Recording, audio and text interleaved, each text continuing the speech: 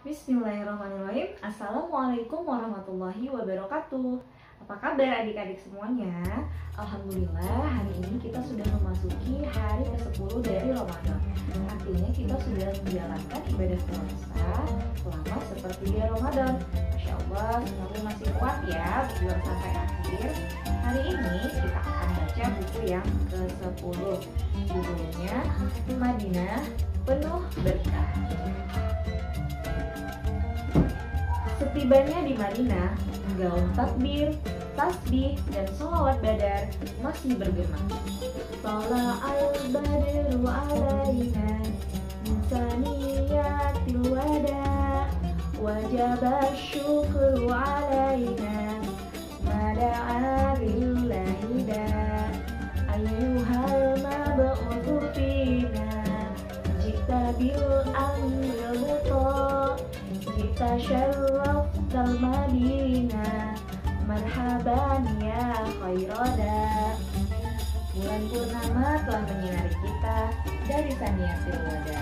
Wajiblah kita lantunkan syukur atas apa yang Dia serukan di jalan Allah. Wahai orang yang diutus pada kami, engkau telah membawa perkara yang ditaati. Telah kau muliakan kota ini, selamat datang ya Rasulullah Sallallahu Alaihi Wasallam. Dulu yang ada adalah Yasrib hingga Rasulullah Sallallahu Alaihi Wasallam tiba. Yasrib kemudian disebut Madinatul Rasul, kota Rasulullah Sallallahu Alaihi Wasallam atau Madinah.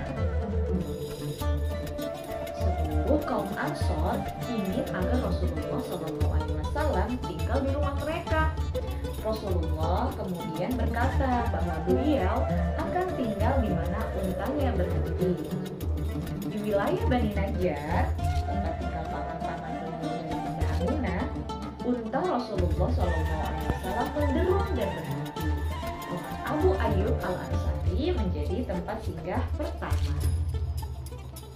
Babak baru kehidupan Rasulullah SAW dimulai, yaitu membangun masyarakat Madinah yang saat itu terbagi menjadi 3 kelompok.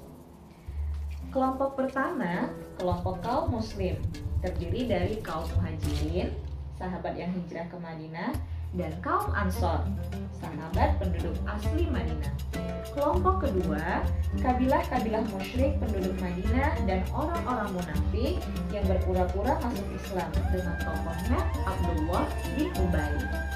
Kelompok ketiga, golongan Yahudi yang menyimpan rasa permusuhan luar biasa terhadap Rasulullah SAW dan kaum muslim. Apalagi ketika mereka mengetahui salah seorang tokoh mereka yang juga seorang rabi, Abdullah bin Salam, memeluk agama Islam.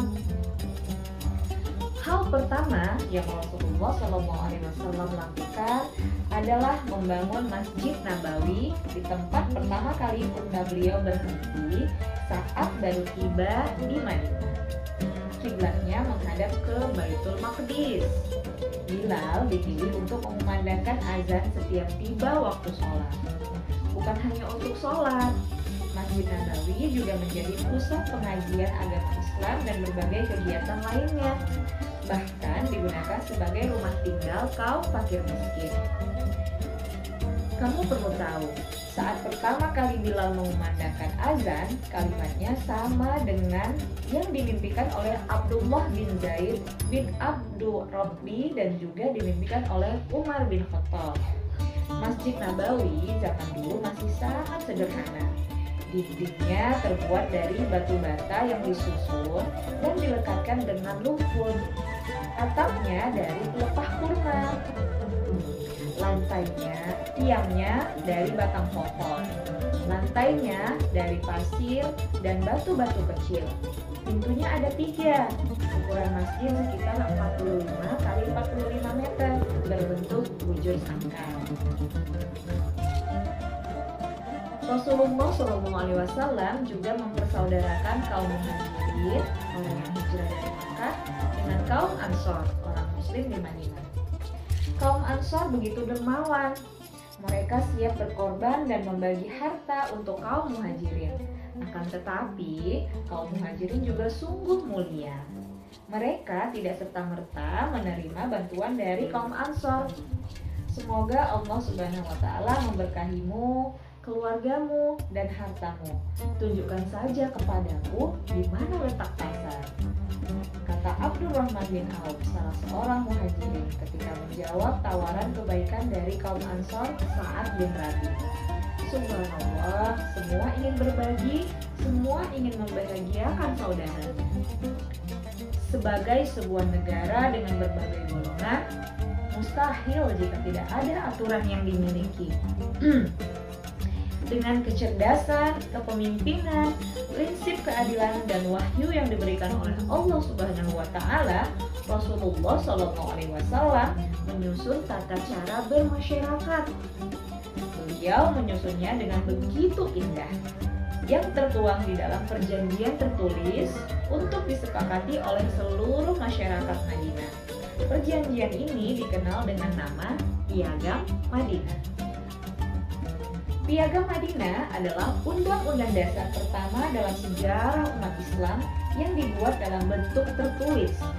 Piagam Madinah mengatur kehidupan berbangsa dan bernegara dengan begitu jelas dan adil.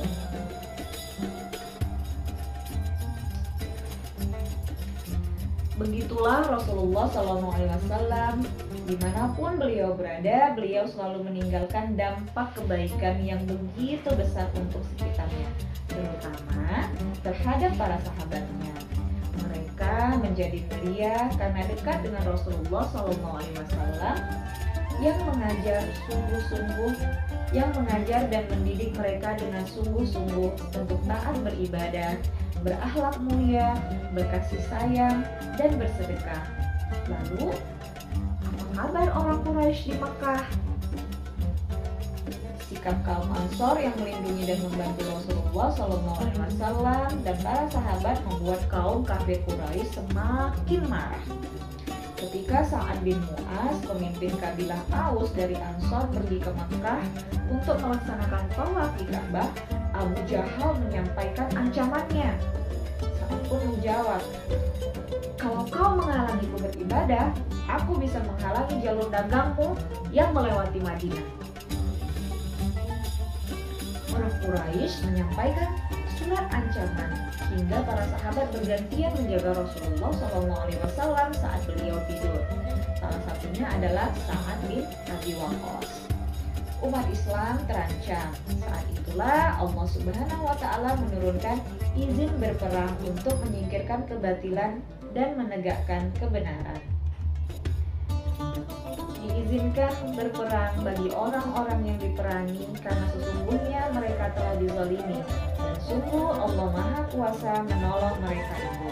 Quran Surah Al-Hajj ayat 39.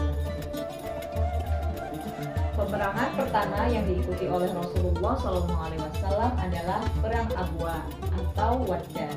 Perang itu terjadi pada bulan Safar tahun 2 Hijriah. Panji yang dikibarkan berwarna putih dan dibawa oleh Hamzah bin Abdul Muthalib.